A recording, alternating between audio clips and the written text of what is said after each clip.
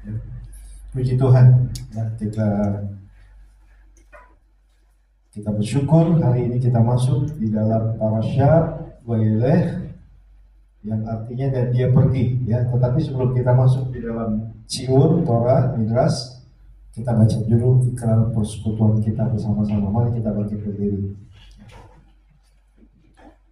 Kita baca bersama-sama 2, 3. Dengan sukacita aku bersekutu dengan junjungan Yeshua HaMashiach, yang adalah jalan, kebenaran, dan kehidupan, sumber keselamatan kekal. Seperti carang yang tetap melekat pada pokok anggur, demikian aku tinggal dalam kasih dengan melakukan segala perintahnya. Aku ada seperti yang dikatakannya aku ada. Aku akan jadi seperti yang dikatakannya aku akan jadi. Kehidupan yang berbuah lebat bagi kemuliaannya. Firman Tuhan itu pelita bagi kakiku dan terang bagi jalanku. Ia tidak akan kembali dengan sia-sia. Ia akan berhasil dalam perintahnya. Langit dan bumi akan lenyap, tetapi janji Tuhan kekal selamanya. Haleluya, amin. Silakan. Saat ini kami mau mendengar pengajaran dari Torah, pengajaran firman-Mu yang kudus, ya Tuhan.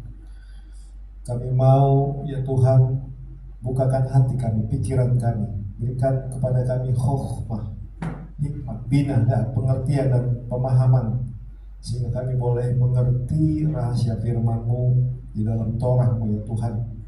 Sehingga kami boleh terus berjalan di jalan-jalan orang sadik, ya Tuhan. Terima kasih Bapa. Kuduskan kami semua, ya Tuhan, dan urapi kami semua. Berikan kami lidah seorang murid, ya Tuhan, sehingga setelah kami mendengar, dan telinga seorang murid, sehingga kami mendengar, kami boleh menyampaikan berita ini, menyampaikan pengajaran ini, sehingga banyak orang juga Tuhan boleh dibebaskan, dimerdekakan. Terima kasih Bapak, terpujilah nama-Mu. Di dalam Yeshua HaMashiach kami berdoa, amin. Ya, baru selami bersama-sama kebenaran Elohim ini, dan kita bisa melihat di dalam parashat ini. Ayat 1 katakan, lalu Mose pergi mengucapkan perkataan ini kepada seluruh Israel. Ia berkata kepada mereka, sekarang usiaku 120 tahun, aku tidak dapat lagi keluar masuk. Dan Adonai berfirman kepadaku, engkau tidak akan menyeberangi sungai Yordan. Adonai Elohim, dia akan menyeberang di depanmu. Dia akan memusnahkan bangsa-bangsa ini dari hadapanmu, dan kau akan memiliki mereka. Yehosua, dia akan menyeberang di depanmu sebagaimana Adonai telah berfirman.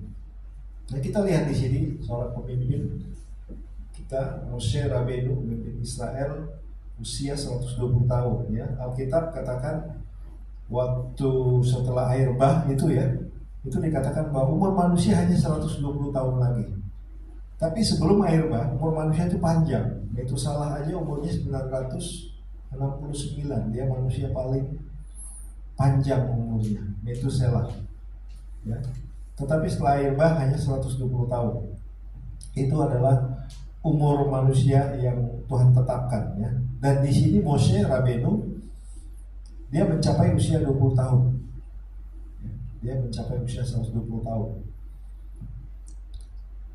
Jadi dengan kerendahan hati mengakui bahwa waktunya dia telah tiba untuk menyerahkan kepemimpinan, ya. Setelah dia memimpin Israel keluar, ya. Dia mulai memimpin Israel keluar umur 80 tahun. Ya, karena 40 tahun dia itu, kemudian dia lari, ya, selama 40 tahun baru dia kembali lagi umur 80 tahun baru dia memimpin Israel. Jadi kita bisa lihat struktur usia manusia yang sempurna, ya, ada pada Moshe, gitu ya. Jadi ini ada momen yang sangat emosional, ya. Moshe itu tidak egois, ya, atau takut kehilangan kekuasaan. Sebaliknya ia sepenuhnya tunduk pada kehendak Adonai Elohim untuk mempersiapkan masa depan Israel, ya. Artinya karena dia nggak bisa masuk, ya, nggak bisa masuk sebab dia melanggar kekudusan Tuhan, ya. Nah, di dalam Midras Rabbah, ya, Midras Rabbah 9 ayat 9 dikatakan, bahwa Mose berkata, sekarang berumur 120 tahun. Dia sebenarnya menunjukkan bahwa itu adalah hari ulang tahunnya dia yang ke-120 dan juga hari kematiannya. Ya. Kasal mengatakan bahwa Mose lahir dan meninggal pada tanggal yang sama, yaitu tanggal 7 Adar. Dia lahir 7 Adar dan dia meninggal 7 Adar 120 tahun kemudian. Untuk menunjukkan bahwa Elohim mengenapi tahun-tahun orang sadik dari hari ke hari, dari bulan ke bulan. Jadi Mose tidak hanya menunjuk Yehosua, tetapi ia juga memberikan penegasan double, ya, yang ganda. Pertama, Tuhan sendiri akan memimpin mereka menyeberangi sungai Yordan. Kedua, Yehosua yang akan memimpin mereka. Ini menunjukkan meskipun kepemimpinan manusia itu penting, tetapi kepemimpinan ilahi adalah yang paling utama. Yang paling utama. Yosua adalah alat juga, sama seperti Mose di tangan Tuhan, yang Tuhan pakai. Para nabi mengajarkan bahwa ketika Mose berkata, aku tidak dapat lagi keluar masuk, ya, itu di ayat 2. Itu artinya ini bukan satu kelemahan fisik, Bapak Ibu Saudara sekalian, tetapi melainkan karena Elohim telah mengakhiri masanya, ya, mengakhiri otoritasnya untuk memimpin bangsa ini, ya. Karena Musa secara kuat dia fisik, ya, mataku belum kabur, matanya belum kabur, tenaganya juga belum habis. Namun secara spiritual, secara rohani, tugas kepemimpinannya telah selesai. Itu maksudnya. Ya, bukan berarti dia sudah renta. Ya, kita belum pernah lihat manusia 120 tahun sekarang. Ya, umur 70 tahun, 80 tahun aja sudah luar biasa sekali. Ya, lebih dari itu. Ya, umur kami 70 tahun, lebih daripada itu katanya anugerah yang luar biasa, bonus. Tetapi Mose 120 tahun tetap masih kuat. Tetapi otoritas yang diberikan Tuhan kepadanya dia telah selesai. Dia harus mentransmisikan, melanjutkan itu kepada pemimpin yang baru. Ya, ini adalah pengingat bahwa kepemimpinan itu adalah anugerah dan tanggung jawab yang diberikan Elohim. Ya, karena Tuhan juga yang menentukan batas-batas di mana orang itu bisa memimpin dan batas-batas di mana orang itu selesai memimpin. Jadi di sini mengapa penting bagi seorang pemimpin untuk tahu kapan waktunya menyerahkan kepemimpinan? Nah, ini Mose. Mengapa penting? Penting, ya, karena apa? Karena dia harus tunduk kepada kehendak ilahi. Dia harus tunduk kepada kehendak ilahi. Mose 120 tahun dengan rendah hati mengakui bahwa Adonai lah yang telah berfirman kepadaku, engkau tidak akan menyeberang sungai Yordan ini tadi. Jadi pemimpin sejati memahami bahwa kepemimpinan adalah sebuah anugerah dan tanggung jawab yang diberikan Tuhan. Ada waktu dan musim yang ditentukan olehnya untuk setiap peran. Mengetahui dan menerima batas waktu menunjukkan ketaatan dan kerendahan hati pada kehendak yang lebih tinggi. Itu sikap Mose yang luar biasa. Kita tahu sendiri bahwa Mose dikatakan, adapun Mose adalah manusia yang lembut hati, seorang pemimpin. Tetapi kita tidak pernah lihat pemimpin seperti itu saat-saat ini, ya, di abad-abad ini. Kedua, mengapa penting seorang pemimpin mengetahui kapan waktunya menyerahkan, memastikan kelangsungan visi dan misi. Ada visi dan misi, ya, dia tahu itu, ya, memastikan. Kemudian mencegah ketergantungan yang tidak sehat. Visi dan misi itu menyerahkan kepemimpinan yang tepat waktu memungkinkan visi dan misi berjalan tanpa henti, ya, atau terganggu oleh kepergian pemimpin yang sebelumnya. Jadi visi dan misi tetap ada, bukan hanya pada saat dia selesai, tapi setelah itu visi dan misinya dilanjutkan pemimpin yang baru. Kemudian juga memberikan kesempatan bagi generasi yang berikutnya, transmisi, transisi, dan kesempatan bagi generasi berikutnya untuk melangkah maju, yang membawa energi baru, ya, membawa satu harapan baru, perspektif baru, mungkin juga metode baru yang lebih relevan Untuk apa? Untuk menghadapi tantangan, challenge yang akan mereka hadapi ke depan. Mose tahu bahwa Yehosua memiliki peran yang spesifik. Ya. Yosua itu adalah panglima perang. Ya, waktu dia berhadapan dengan Malach Adonai, siapakah engkau, lawan atau kawan? Itu adalah panglima bala tentara Saul.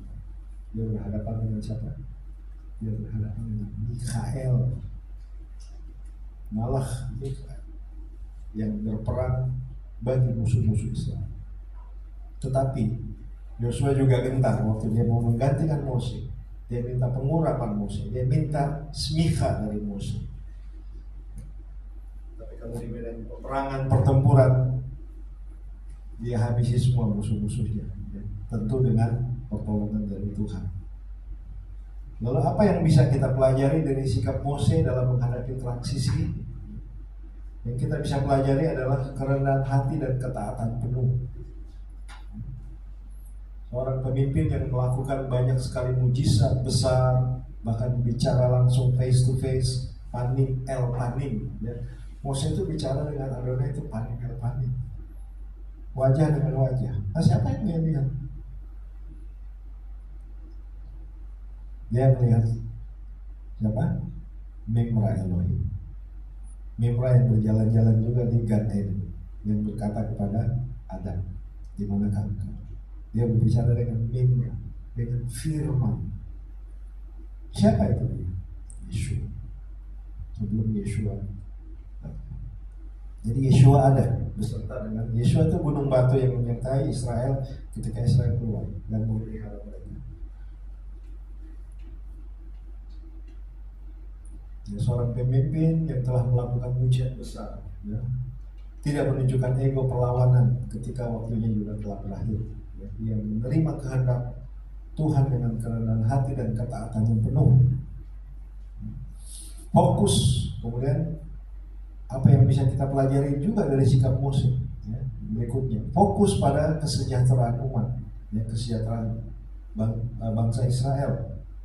Jadi prioritas utama Mose bukanlah posisinya, melainkan kelangsungan dari generasi Israel dan kesejahteraan dari Israel yang belum masuk ke tanah perjanjian dan akan masuk, ya, untuk mempersiapkan mereka dan masa depannya, ya.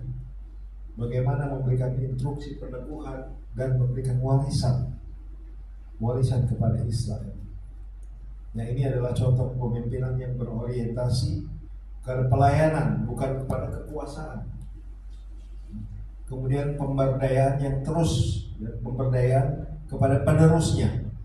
Mose tidak menuju ke Yosua, tetapi juga secara aktif memberdayakan Yosua. Dia memanggil Yehosua di depan seluruh Israel dan memberikan peneguhan publik, ya, secara umum. Dia menunjuk, ya, inilah penerus kalian. Dan dia mengulangi janji bahwa Adonai juga akan menyertai Yosua sebagaimana ia menyertai Mose. Kemudian juga penekanan pada janji akan kehadiran Tuhan dalam kehidupan umat Israel, dan kemudian warisan yang diberikan kepada Israel.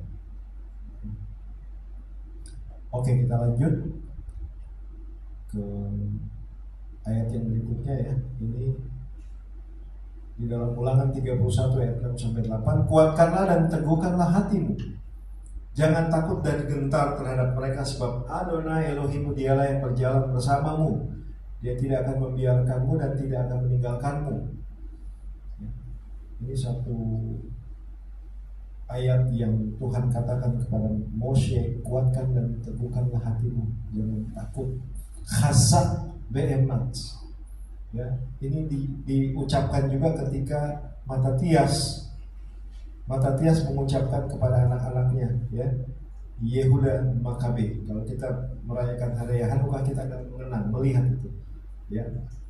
Khazak be'emat, ya, jadilah kuat dan berani untuk kebenaran, ya.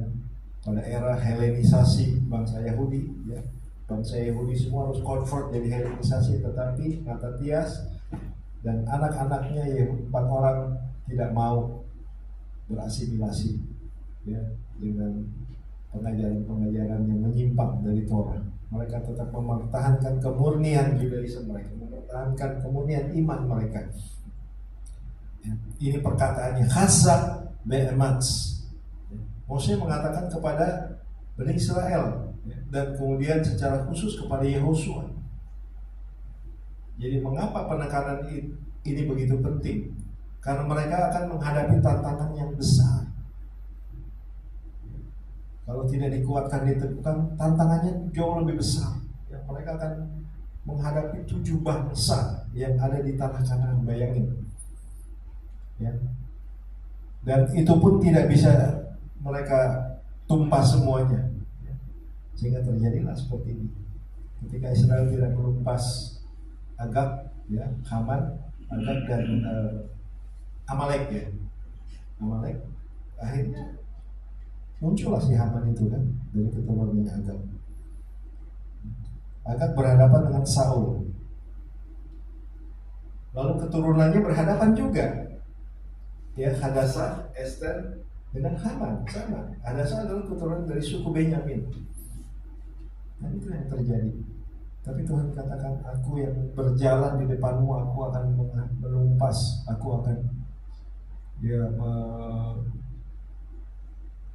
aku akan menghalau bangsa-bangsa itu dari hadapan. Jangan takut, khasab be'emats. Mereka akan menghadapi tantangan besar. Ya, mereka akan menaklukkan tanah Kanaan.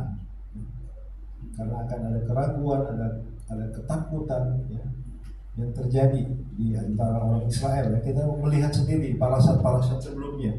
Ya, bagaimana mereka mau kembali saja. Ya, bahkan mereka mencela Mose, katakan, kamu mau membuat kami mati terbunuh di padang gurun. Lebih baik kami kembali ke Mesir. Ya. Orang Israel sudah keluar dari Mesir, sudah keluar, tetapi pikirannya masih ada di Mesir. Ya, bagaimana dengan kita? Kita sedang menuju tanah perjanjian. Apakah pikiran kita masih ada di Mesir? Tidak, saudara. Ya. Kita harus terus berjalan, ya, mencapai sasaran yang tepat. Ya. Tadi seperti anak panah yang melesat. Ya. Tuhan mau hidup kita seperti itu, mencapai sasaran. Sasarannya adalah Torah. Ya. Torah Adonai, Yeshua HaMashiach.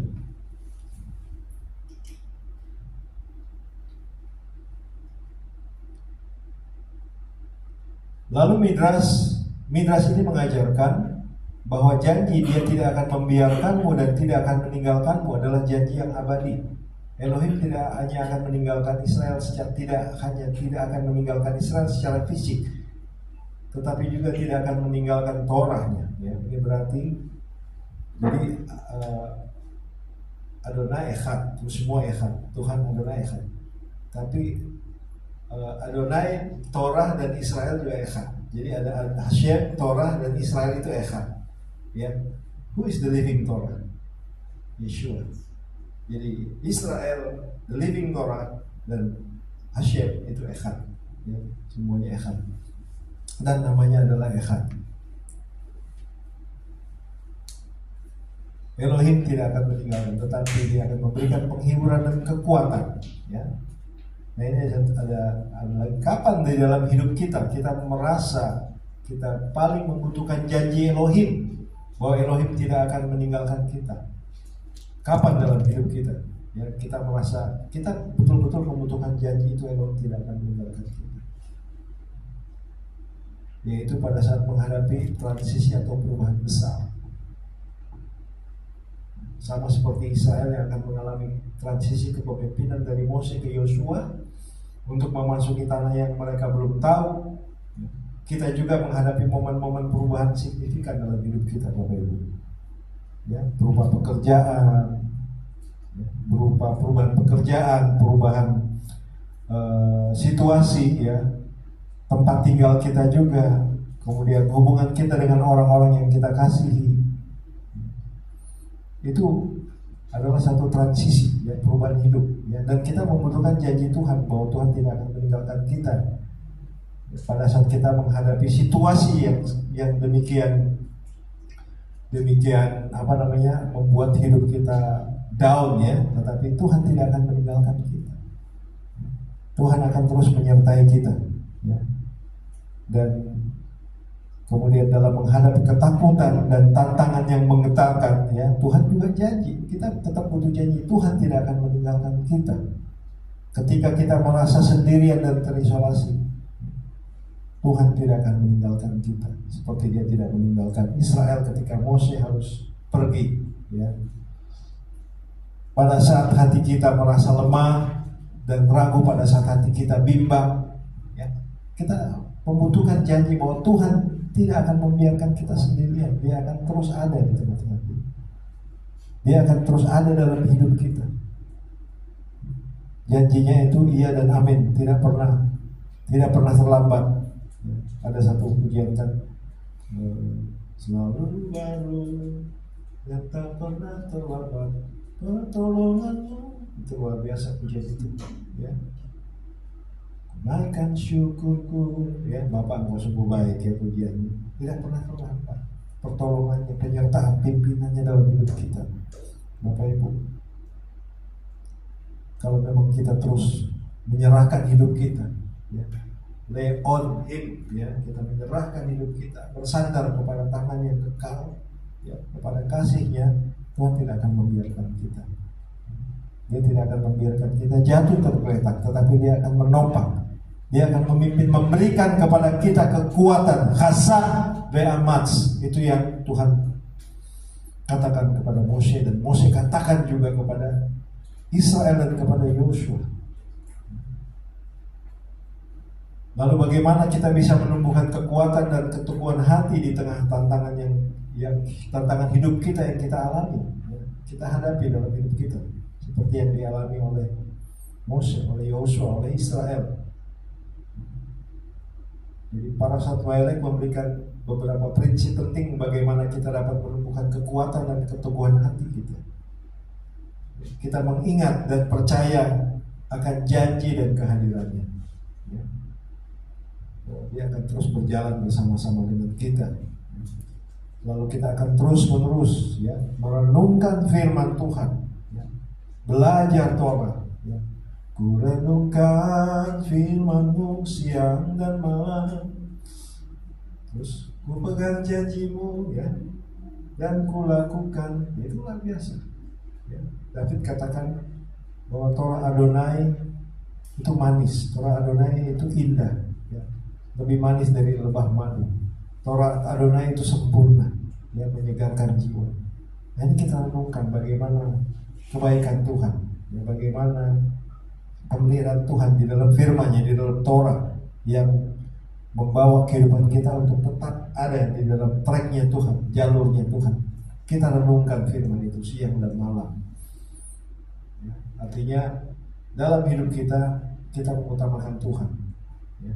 Ya, tentunya bukan artinya kita satukan 24 jam baca Alkitab atau tidak, ya Bapak Ibu, ya. Dalam kita beraktivitas, melakukan aktivitas kita sehari-hari, artinya kita mengingat Tuhan sertai aku, Tuhan pegang aku, Tuhan pimpin aku dalam segala rencana kita yang akan kita lakukan ke depan. Tuhan, aku mau Tuhan ada di dalam rencanaku ke depan.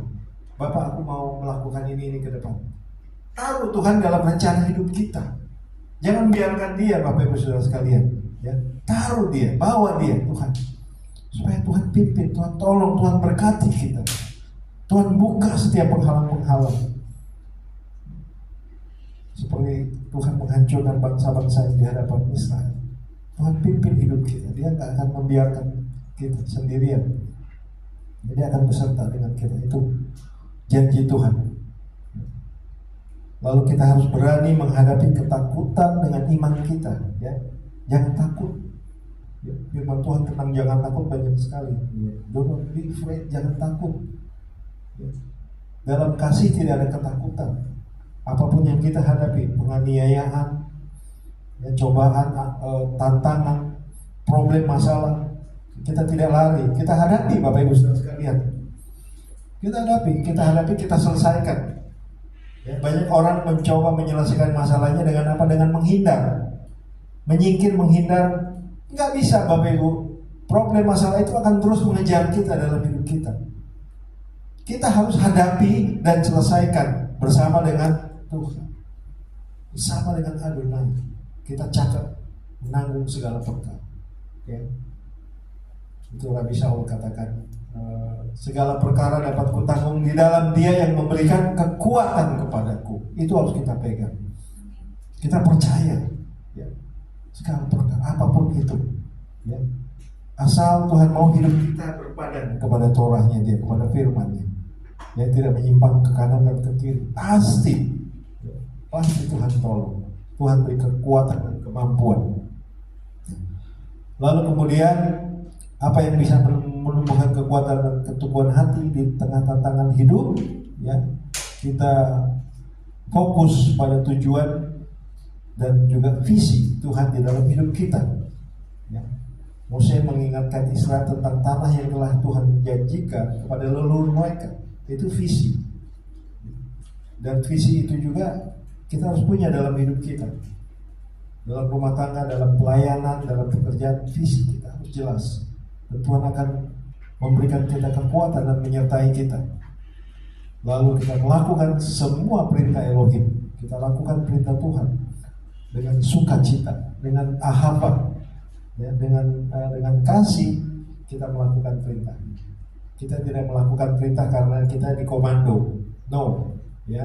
Orang percaya mesianik melakukan Torah, memelihara Torah, memelihara Sabat oleh karena ahava, oleh karena kasih yang besar.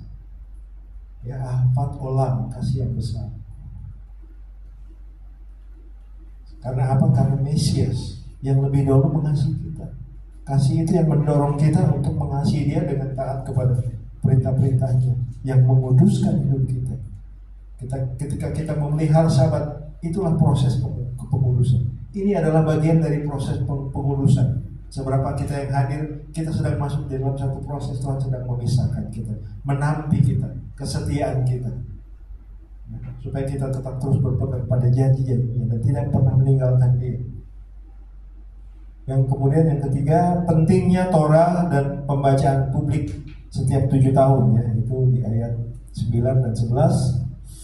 Dan Moshe menulis Torah ini dan memberikan kepada para Kohanim, para imam, anak-anak Lewi yang membawa tabut perjanjian Adonai dan semua tua-tua Israel. Lalu Mose memerintahkan mereka dengan berkata, pada akhir setiap 7 tahun, pada waktu yang ditentukan dalam tahun penghapusan hutang, pada perayaan Podok Daun, ketika seluruh Israel datang untuk tampil di hadapan Adonai Elohim di tempat yang Dia akan pilih, ya. Kalau di dalam Torah itu ditulis di tempat yang akan Dia pilih, Hamakom, ya. Kamu harus membawa persembahan sulungmu di tempat yang akan, itu di Yerusalem maksudnya. Karena waktu itu kan belum, ya, mereka belum masuk tanah perjanjian. Jadi di tempat yang akan Dia pilih, Hamakom, itu artinya nanti setelah mereka masuk itu di Yerusalem. Jadi bait suci di sana. Dan kau harus membaca Torah ini di hadapan seluruh Bani Israel, di telinga mereka supaya mereka mendengar. Jadi ini adalah salah satu bagian penting juga dalam Parashat Vayelech. Moshe secara pribadi menuliskan seluruh Torah dan menyerahkan kepada para Kohanim, para imam dan tua-tua Israel. Jadi ini menunjukkan betapa berharganya Torah sebagai warisan. Nah, ini dia, yang diwariskan Mose bukan apa-apa, bukan duit, ya, bukan harta, tidak. Mose tidak mewariskan apa-apa. Mose hanya mewariskan Torah di Sinai kepada Israel sebagai warisan abadi bagi Israel.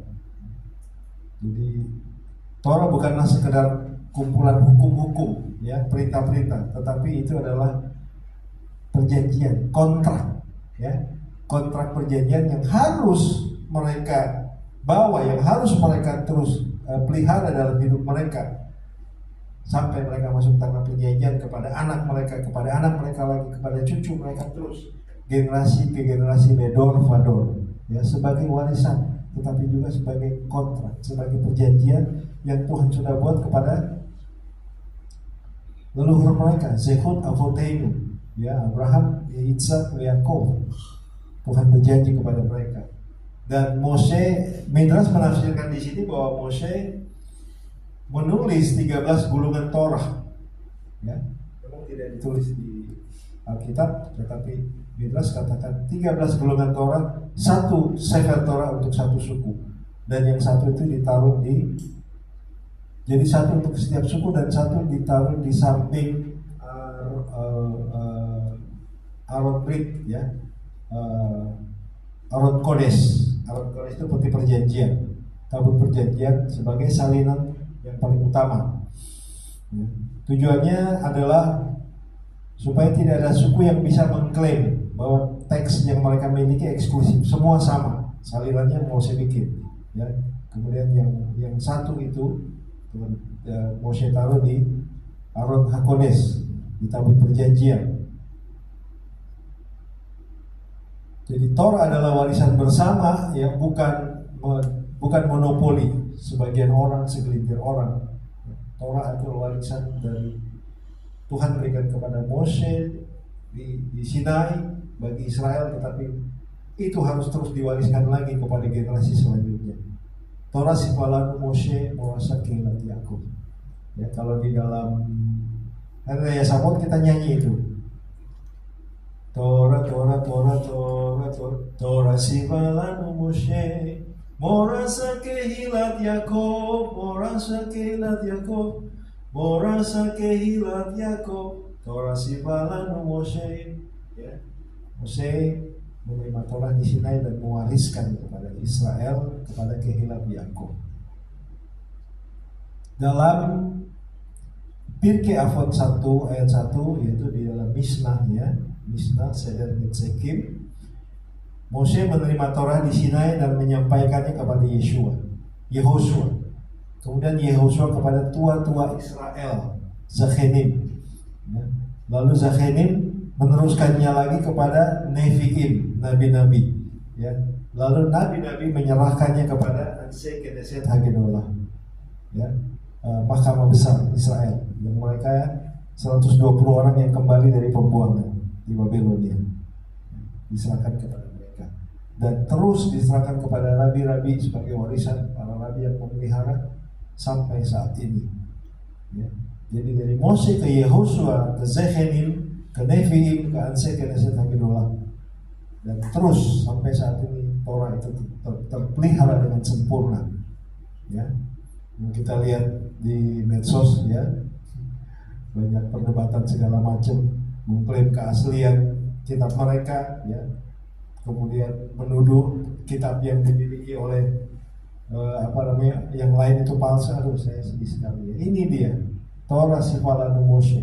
Ini adalah Torah yang sejati yang Tuhan berikan kepada Moshe Rabbeinu, kepada Yehosua, dan terus berlanjut sampai saat ini, yang tetap kekal Torah Adonai. Lalu Mose memberikan perintah yang juga luar biasa. Setiap 7 tahun pada Hari Raya Sabuot, pada Hari Raya Sukot, Pondok Daud, seluruh Bani Israel, laki-laki, perempuan, anak-anak, dan orang asing yang tinggal bersama mereka harus berkumpul mendengar pembacaan seluruh Torah. Ya. Jadi perintah ini dikenal dengan nama Hakel. Hakel itu mengumpulkan, dikumpulkan seluruh jemaat, seluruh Bani Israel untuk mendengarkan Torah setiap akhir 7 tahun pada Hari Raya Sukot. Mereka harus mendengar Torah dibacakan. Tujuannya adalah agar semua orang tanpa terkecuali, ya, dapat mendengar dan belajar hukum-hukum Torah dan takut akan Elohim. Kemudian mereka berhati-hati dalam melakukan segala firman, ya, bertindak sangat hati-hati, sama seperti perintah di Yosua nanti, ya, di Sefer Yosua itu, bertindaklah hati-hati, ya. Jadi kuatkan dan teguhkan hatimu, itu nanti ada di Yosua 1, ya. Dan ini adalah supaya untuk memastikan bahwa Torah tetap hidup dan relevan dari generasi ke generasi. Ya, harus mendengarkan itu, ya, dalam periode 7 tahun pada Hari Raya Sukot, ya. Kita mau merayakan Sukot sebentar lagi, ya, setelah Yom Kippur, ya. Setelah Yom Kippur kita akan merayakan Sukot, masa Sukatika Zeman Simchatenu. Dan Midras Yerusalem Megillah 4 ayat 1 menekankan bahwa raja-raja pun harus berdiri dan mendengarkan pembacaan Torah. Jadi bukan cuma rakyat, ya, tetapi raja juga harus berdiri mendengarkan Torah. menunjukkan bahwa di hadapan Torah tidak ada perbedaan status, semua sama-sama hamba Elohim, harus tunduk pada firman-Nya. Ya. Ini juga memberikan inspirasi bagi kita untuk selalu memprioritaskan studi Torah dalam hidup kita. Ya, Bapak Ibu Saudara sekalian, kita terus belajar Torah, belajar firman Tuhan. Ya, yang memang setiap pekan kita diberikan parasha, ya, parasha yang bisa kita pelajari seperti hari ini juga. Ya.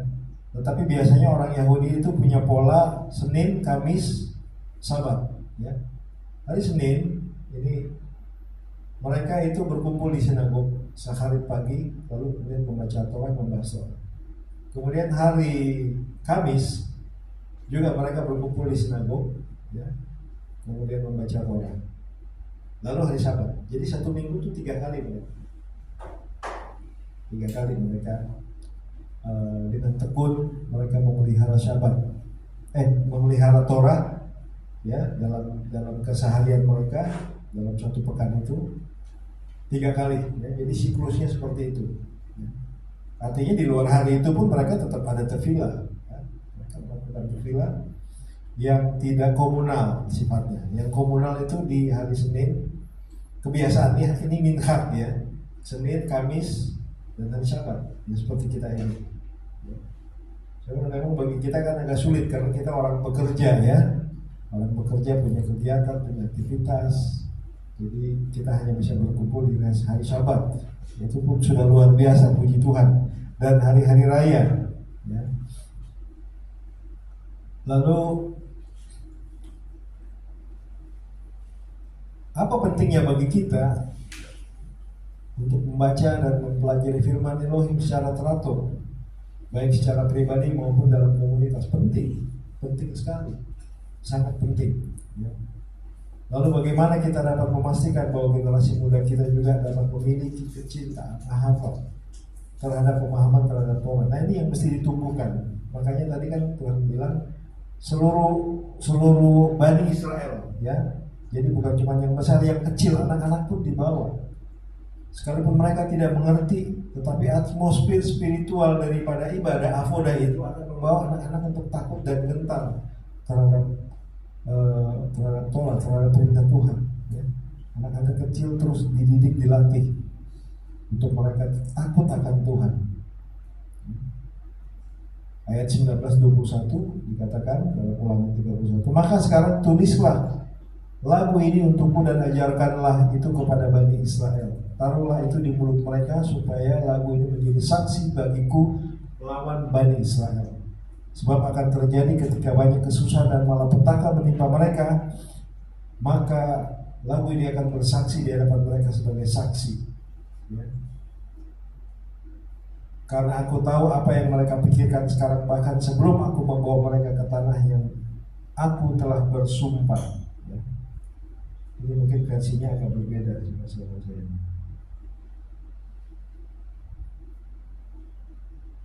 Oh ya, di sini ya, ini. Oleh sebab itu tuliskanlah nyanyian ini dan ajarkanlah kepada orang Israel, ya, sama ya. Letakkanlah di dalam mulut mereka supaya nyanyian ini menjadi saksi bagiku terhadap orang Israel. Ya. Jadi lagu atau nyanyian atau syirah Elohim memberitahukan kepada Mose, ya, bahwa Israel ini akan memberontak. Artinya Mose sudah tahu ketika dia sudah pergi, ketika dia sudah mati, Israel ini punya kecenderungan untuk memberontak terhadap Tuhan, dan akan ada konsekuensi. Jadi sebagai persiapan, jadi Tuhan memerintahkan Mose dan Yehosua untuk menulis sebuah lagu syirah, ya, lagu syir atau syirah dalam bahasa Ibrani yang akan diajarkan kepada seluruh Israel.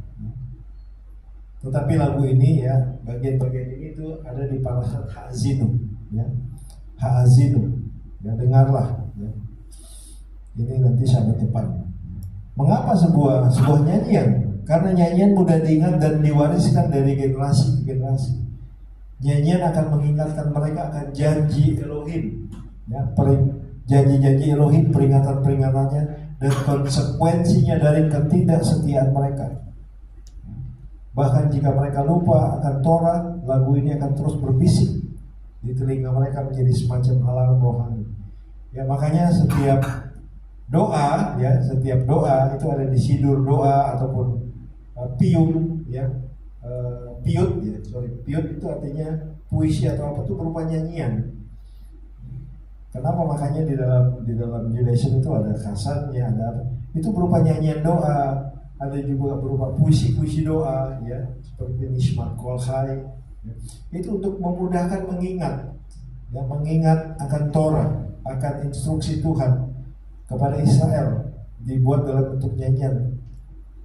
Jadi ketika mereka mendengar, mereka mengingat nyanyian itu, mereka akan ingat perintah Tuhan. Mereka akan taat, mereka akan kembali lagi, mereka akan tesufah. Nah, jadi Tuhan memerintahkan Mose dan Yehosua untuk membuat sebuah lagu ya. Nanti itu ada di Parashat Hazinu ya. Jadi lagu akan terus berbisik di telinga mereka. Ini memberikan semacam alarm ya, alarm. Sama dengan kita, kalau kita pada satu saat kita mendengar satu lagu atau satu pujian, saya jadi ingat lagu ini ketika Tuhan menjamah saya, ketika Tuhan Roh Kudus itu menjamah saya, memenuhkan saya, ya, mengubah hidup saya. Ya, jadi lagu itu menjadi sesuatu yang berarti sekali, ya, menyentuh sekali bagi seseorang. Itu maksudnya seperti itu, dibuatkan nyanyian. Sehingga ketika kita mendengar lagu itu ada memori, ada sesuatu, ya, di dalam ingatan kita, di dalam hati kita. Oh, Tuhan sudah memberikan sudah mengubahkan saya waktu itu. Ya, ada momen, ada memori waktu Tuhan mengubah hidup kita. Begitupun juga dengan lagu ya, dengan syirah yang ada di Parashat Hazinu. Itu akan membawa Israel untuk kembali lagi. Ya, kita lihat Israel IDF ya, di medan perang, di mana mereka selalu bawa Torah. Dan mereka selalu, ya itu tadi, setiap Senin Kamis apabila mereka ada waktu, tentara-tentara itu akan membaca Torah dan kemudian mereka akan men's dancing, dan mereka akan memuji Elohim. Ternyata itu diwariskan oleh siapa? Oleh David Hamelech. Raja David mewariskan hal yang seperti itu. Dulu ada seminar Davidic Dance ya. Waktu itu Ibu Gembala yang membawakan tarian Davidic.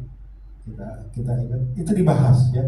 Itu tidak semata-mata seperti itu Davidic Dance yang dilakukan itu, ternyata diwariskan oleh sangat tua sekali. David Hamelech, Raja Daud, waktu dia mau berperang melawan musuh-musuh, dia melakukan tarian dulu.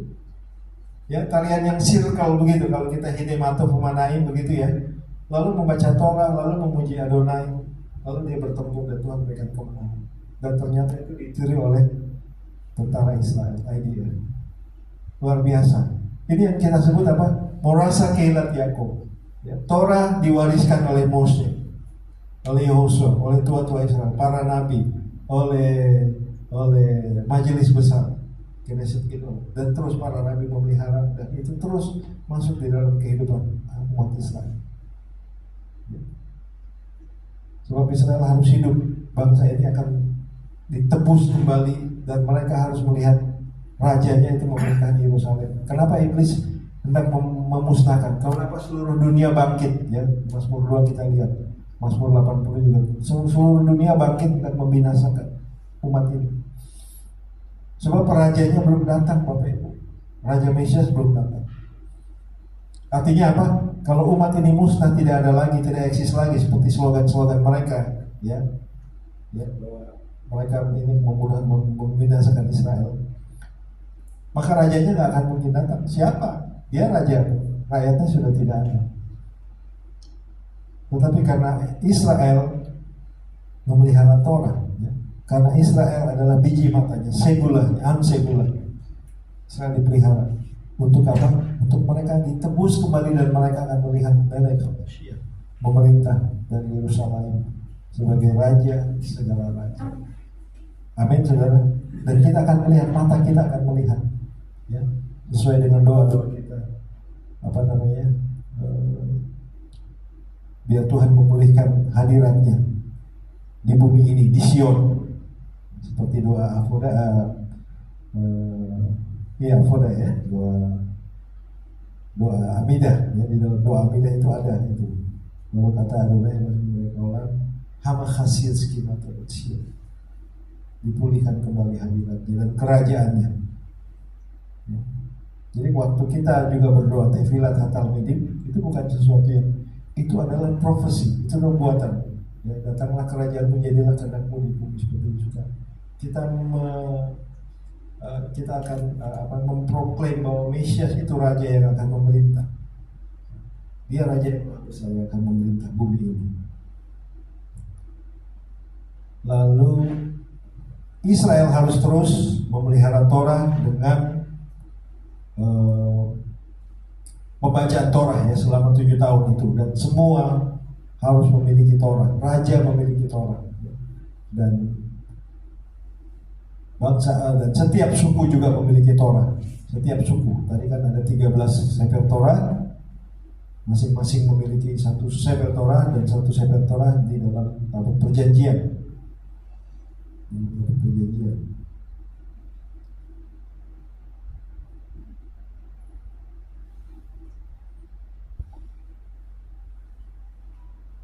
Oke,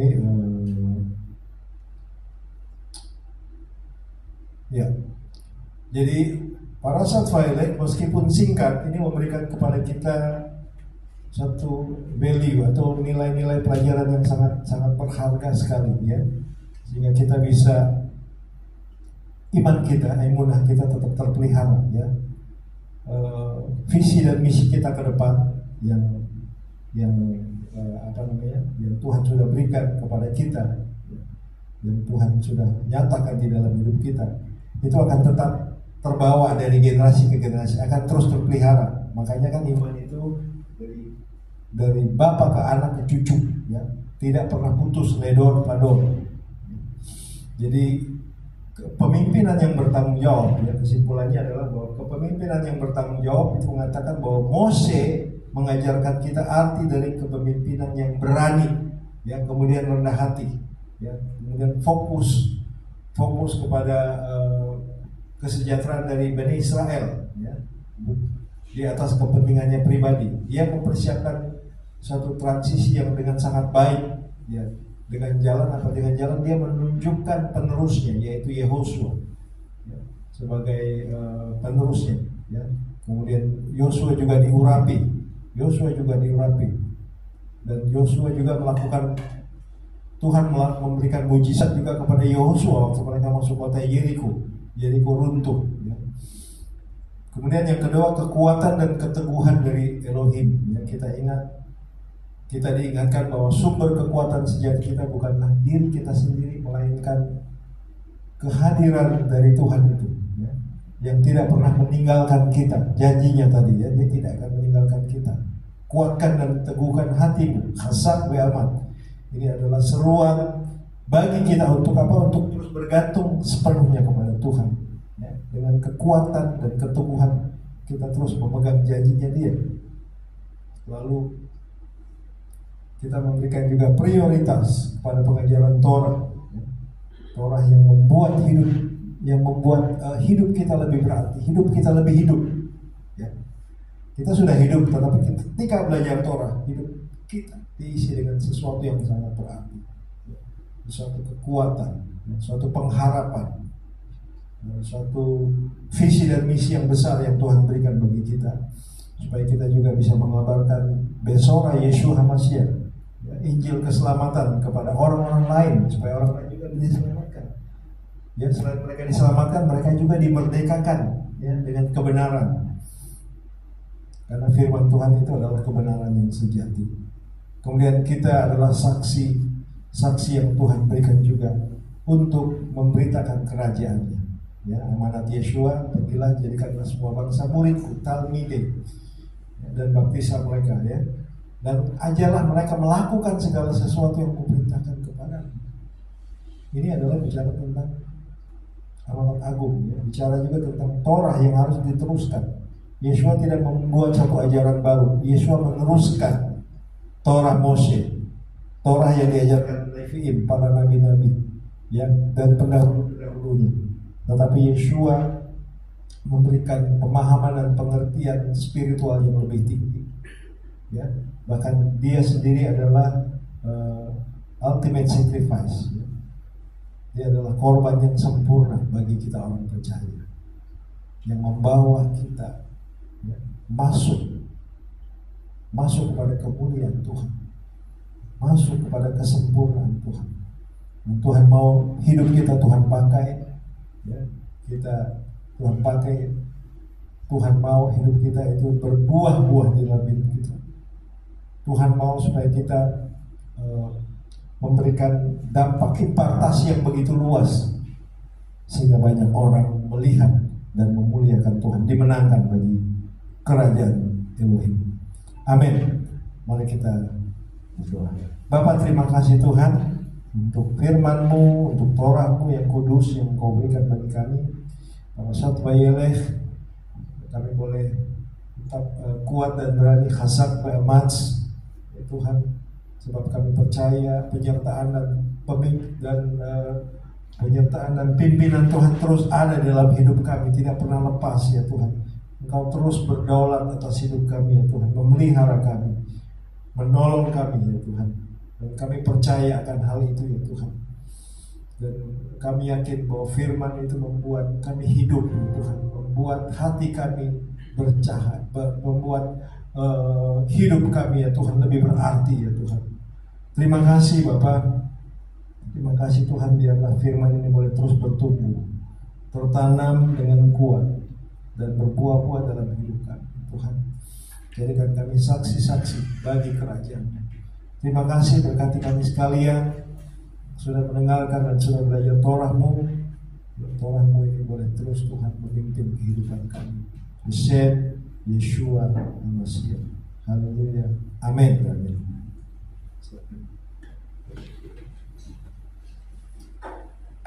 Adonai v'yishmerecha, Ya'er Adonai panav elecha v'yikunecha, Yisa Adonai panav elecha v'yashem lecha shalom. Adonai memberkati engkau dan melindungi engkau. Adonai menyinari engkau dengan wajahnya dan memberi engkau kasih karunia. Adonai mengangkat wajahnya kepadamu dan memberi engkau damai sejahtera. Diberkatilah engkau di kota dan di ladang. Diberkatilah bakul dan adonanmu. Diberkatilah buah kandunganmu. Diberkatilah engkau ketika engkau keluar dan ketika engkau masuk. Engkau akan menjadi kepala dan bukan ekor. Engkau akan terus menaik dan tidak akan turun pada saat engkau mendengar dan melakukan semua perintah Adonai Elohim dengan setia. Yeshua HaMashiach akan membawa engkau kepada orang-orang yang tepat, yang akan memberkati dan melengkapi hidupmu, baik pria dan wanita. Kiranya Ruach HaKodes akan terus menyertai engkau sehingga engkau terus berjalan di atas jalan raya kemenangan yang Tuhan sudah sediakan bagimu. Kasih karunia anugerah dari Bapa di sorga dan cinta kasih Mesias Yeshua kepada jemaat serta persekutuan Ruach HaKodes akan menjadi bagian kita mulai hari ini sampai Maranatha, Mesias Yeshua datang yang kedua kali. Dan semua orang percaya katakan amin. Amin. Shabbat shalom. Shabbat shalom.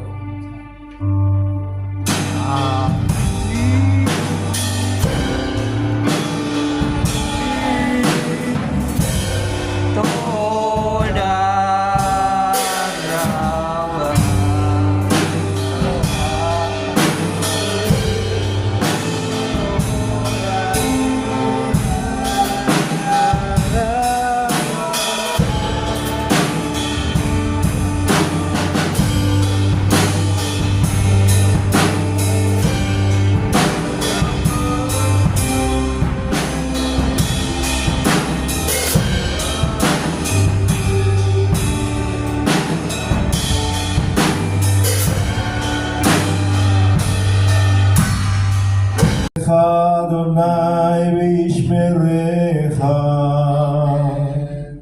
Ya'er Adonai panav elecha v'yikunecha, Yisa Adonai